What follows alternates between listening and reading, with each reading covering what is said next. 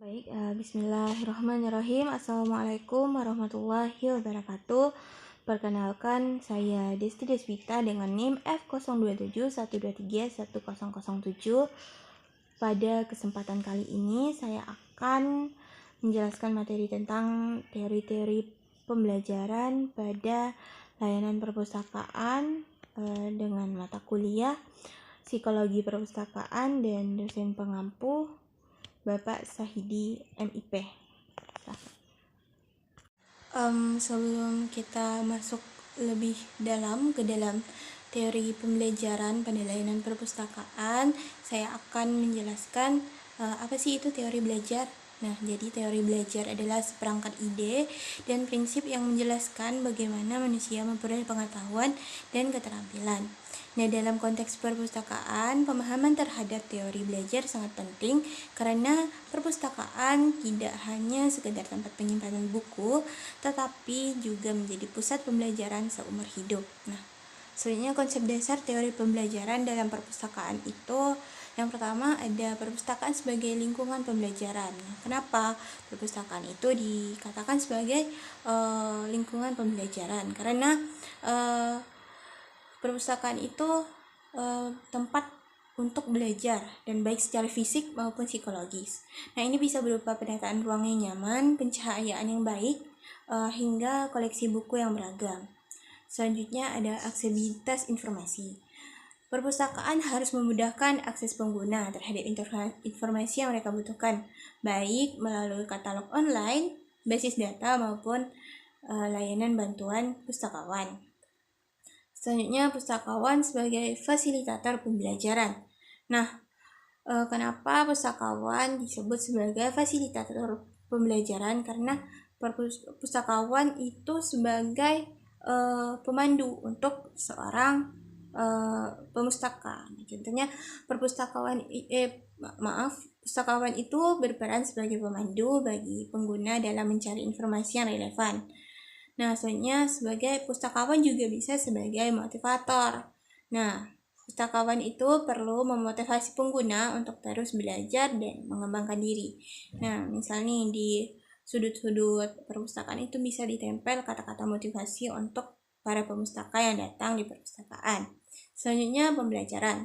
Perpustakaan sendiri harus terus belajar untuk dapat memberikan layanan berkualitas. Tidak hanya pemustaka yang harus membaca buku, kita sebagai pustakawan juga harus terus membaca dan belajar untuk kita ke depannya. Selanjutnya, pengguna sebagai pembelajaran aktif. Nah, kita sebagai pemustaka itu harus banyak partisipasi. Pengguna tidak hanya sebagai penerima informasi, tetapi juga sebagai pelaku aktif dalam proses pembelajaran.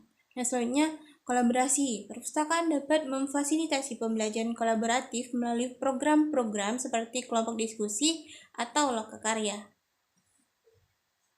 Selanjutnya, teknologi informasi dan komunikasi dalam pembelajaran. Nah, sumber belajar digital. Nah, perpustakaan itu perlu menyediakan akses ke berbagai sumber belajar digital seperti e-book, jurnal online, dan basis data. Selanjutnya, pemanfaatan teknologi. Perpustakaan dapat memanfaatkan teknologi untuk memberikan layanan yang lebih efisien dan inovatif, seperti contohnya nih, seperti layanan rujukan online atau program pembelajaran daring. Contoh dari teori-teori pembelajaran pada layanan perpustakaan. Nah, contohnya yang pertama itu kita bisa membuat program literasi. Nah, program literasi ini program yang bisa membantu masyarakat, terutama anak-anak kecil, untuk mengembangkan minat baca mereka. Selanjutnya, program pengembangan diri. Nah, program pengembangan diri ini bisa dengan kita membuat program lokakarya atau seminar dengan meningkatkan pengetahuan dan keterampilan pengguna. Selanjutnya ada program kolaborasi dengan kemitraan. Nah, contohnya ini dengan kita bekerja sama dengan UPT perpustakaan universitas, perpustakaan sekolah untuk membuat jangkauan layanan yang lebih besar. Ini saya akan menceritakan kisah inspiratif tentang seorang pustakawan yang berhasil mengubah perpustakaan. Nah, ini kisahnya berjudul Rahasia Buku Tua. Nah, di sebuah kota kecil yang tenang terdapat sebuah perpustakaan kuno. Koleksi buku-bukunya sudah sangat tua dan suasana di dalamnya serasa sedikit membosankan. Pengunjung pun semakin berkurang, banyak yang memilih menghabiskan waktu dengan gadget mereka. Nah, namun ada seorang pustakawan Buddha bernama Anya yang memiliki semangat membara untuk mengubah keadaan. Nah, Anya sangat mencintai buku dan percaya bahwa membaca buku itu dapat memiliki kekuatan yang luar biasa. Nah, ia mengamati banyak pengunjung yang merasa kesulitan menemukan buku sesuai dengan minat mereka. Nah, setelah mempelajari beberapa teori belajar, Anya terinspirasi dari teori konstruktivisme. Teori ini menekankan bahwa pengetahuan dibangun oleh individu melalui pengalaman dan interaksi dengan lingkungan. Nah, Anya berpikir bagaimana jika ia membuat pengunjung lebih terlibat dalam memilih buku. Nah, Anya memulai sebuah program yang ia sebut dengan petualangan buku. Nah, setiap bulan ia akan memilih tema tertentu, misalnya dunia fantasi, petualangan, atau ilmu pengetahuan. Kemudian ia juga membuat sudut khusus di perpustakaan yang didekorasi dengan tema tersebut. Nah, selain itu Anya juga membuat kartu petualangan yang berisi petunjuk-petunjuk untuk menemukan buku menarik. Nah, pengunjung yang mengambil kartu ini secara gratis dan mengikuti petunjuknya untuk menjelajahi perpustakaan. Nah, setiap buku yang ditemukan akan memberikan mereka hadiah kecil maupun berupa stiker atau bookmark. Nah, petualangan ini bernamakan petualangan buku yang ternyata petualangan ini ternyata sangat sukses. Nah, pengunjung terutama anak-anak sangat antusias mengikuti petualangan mencari buku. Mereka tidak hanya menemukan buku-buku yang mereka sukai, tetapi juga belajar tentang berbagai topik yang menarik. Nah, selanjutnya kemudian makin banyak hari-hari berlalu tentang program perjalanan petualangan buku ini, suasana perpustakaan pun menjadi lebih hidup. Nah, rak-rak buku yang dulu sepi kini ramai. Pengunjung saling berbagi rekomendasi buku dan pengalaman membaca. Anya merasa sangat senang melihat keberhasilan programnya. Ia membuktikan bahwa dengan sedikit kreativitas dan penerapan teori belajar yang tepat, perpustakaan bisa menjadi tempat yang menyenangkan dan inspiratif bagi semua orang. Nah, dari cerita yang tadi kita dapat mengambil pesan moral bahwa kisah ini menunjukkan perpustakaan tidak hanya sekedar tempat menyimpan buku, tetapi juga bisa menjadi pusat pembelajaran yang menyenangkan dan inspiratif.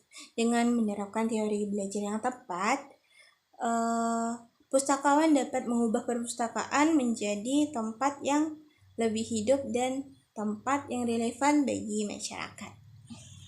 Baik, kita masuk ke dalam teori-teori pembelajaran. Nah, apa aja sih teori-teori pembelajaran? Nah, jadi teori-teori pembelajaran itu ada 4.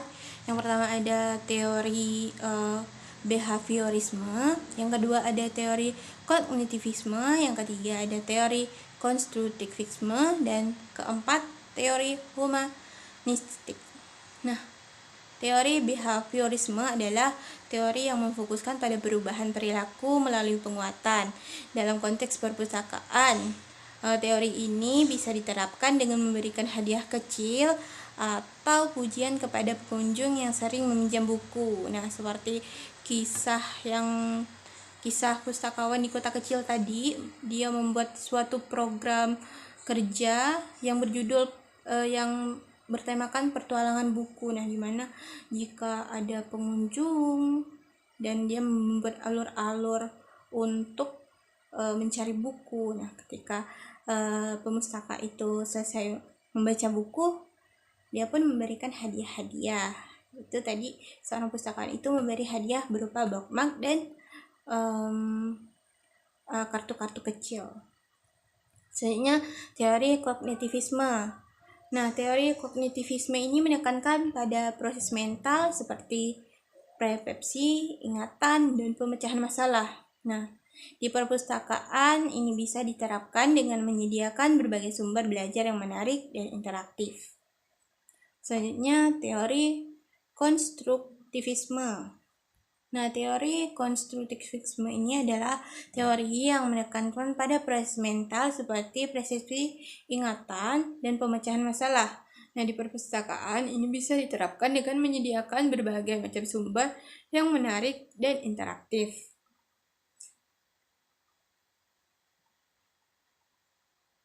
Selanjutnya, teori humanistik. Teori humanistik adalah teori yang menekankan pada potensi dan pertumbuhan individu. Perpustakaan dapat menciptakan suasana yang nyaman dan mendukung, serta menyediakan berbagai program yang sesuai dengan minat dan kebutuhan pengunjung. Dari materi yang telah disampaikan dapat ditarik kesimpulan bahwa memahami teori-teori pembelajaran itu sangat penting bagi pustakawan untuk memberikan layanan-layanan yang efektif dan relevan. Nah, dengan menerapkan teori-teori pembelajaran ini, diharapkan perpustakaan itu bisa sebagai tempat pembelajaran dan tempat mencari informasi bagi masyarakat. Mungkin itu saja yang bisa saya sampaikan. Kurang dan lebihnya saya mohon maaf atas perhatiannya. Saya ucapkan terima kasih. Wassalamualaikum warahmatullahi wabarakatuh.